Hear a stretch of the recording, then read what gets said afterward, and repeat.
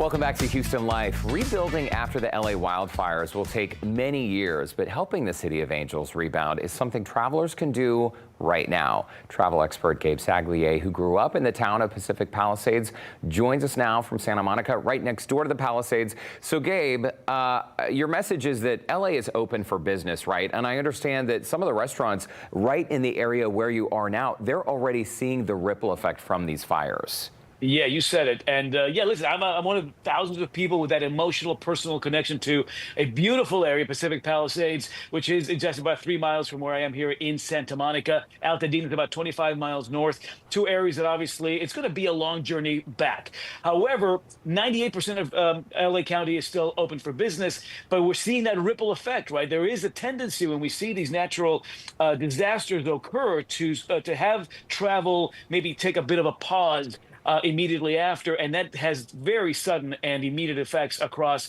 these communities that surround these areas that thrive on and survive on these travel dollars. Yeah, we're starting to see that now. I mean, we're heading towards spring, we're heading towards summer, and the message is quite clear that while we're seeing a palpable optimism, we're seeing some wonderful neighbor-to-neighbor, community-to-community efforts going on out there. The need for tourism to continue as those of us who are locals begin to prioritize where we spend our own dollars, but certainly that tourism influx is going to be a key part to that immediate bounce back from these fires. Well, and Gabe, so many of us have family and friends in the Los Angeles area. It was absolutely heartbreaking to watch helplessly. I know it was for you as well. And for anyone who has thought about traveling to the West Coast, specifically to LA, and they say, oh, you know what, maybe now is not the time. The message is actually the opposite. LA is open for business. It's still beautiful. There's still a ton of things to do. And because tourism is the lifeblood of LA, help a neighbor out, right? Totally. I mean, you said it. 1 in 5 tourism hospitality jobs in the state of California are in LA County. So we're talking about a workforce and about a lot of family, sort of mom and pop owned businesses, galleries, restaurants, or even hotels that really depend on that day-to-day influx of tourism dollars. But yeah, that's the good news, is that this is an area where that iconic LA experience is still very much in effect. I know you lived here for several years.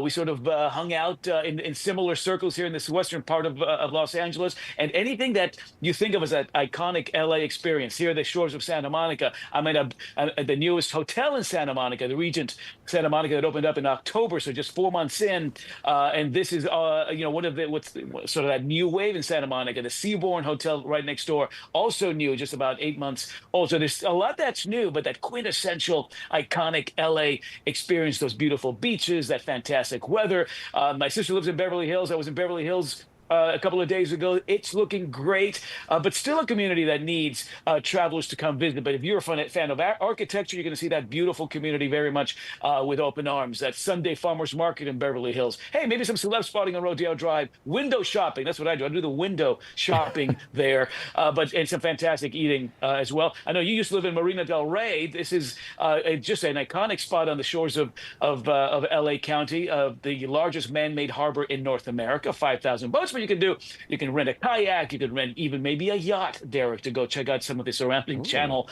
Islands, and just a great sort of seaside community there that, again, is still very much open and thriving on visitors coming in. My son was at the Griffith Observatory. Here's a landmark that turns 90 this year, but the Griffith Observatory offering some of the best views in the city with a great planetarium there, these great daytime and nighttime events. My son was there on Sunday. He's like, it's buzzing. There is still a contingency of international visitors coming in.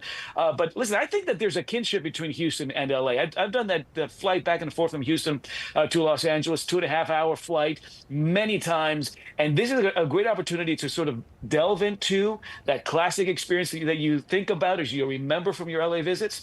And this is the time when that infusion of travel cash is going to have an even more substantial and significant impact. Well, and Gabe, you featured, by the way, some of my favorite parts of town: Marina del Rey, Beverly Hills, the Griffith Observatory. I've taken my nieces there a million times. For viewers who have seen the film La La Land, the observatory is heavily featured. I remember one night looking through a telescope and looking up and seeing the rings of Saturn, just so crisp, so perfect. So I know cool. there really is something for everyone. So Gabe, obviously our viewers know and love you as our travel guy. You always have great tips for people planning a trip, when to book, how to find the best deals. What do you have for LA?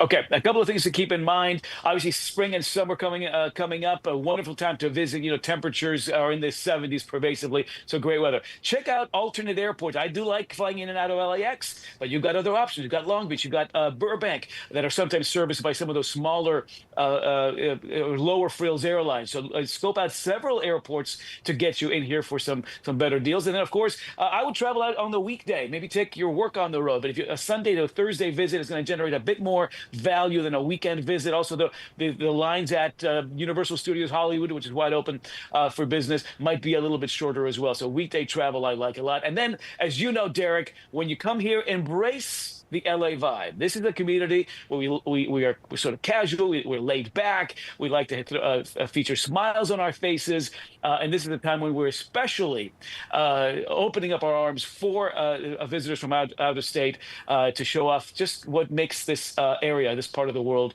so special and so unique. It is so special and unique indeed. California people, they're cool, laid back, chill, right? Yeah. I hope you have a fantastic day, Gabe. I'm so sorry again about Pacific Palisades. I know that where you grew up is completely unrecognizable. I can't even imagine how tough that has been for you and your family and friends. So our hearts go out to you, but we will see you in LA very soon. All right, buddy. Thanks so much for that. Great to see you. Good to see you. A little foggy in the background, but I did see a couple palm trees back there. Travel expert Gabe Saglie. We will be, by the way, sharing Gabe's guide to LA tourism on our website, HoustonLife.tv.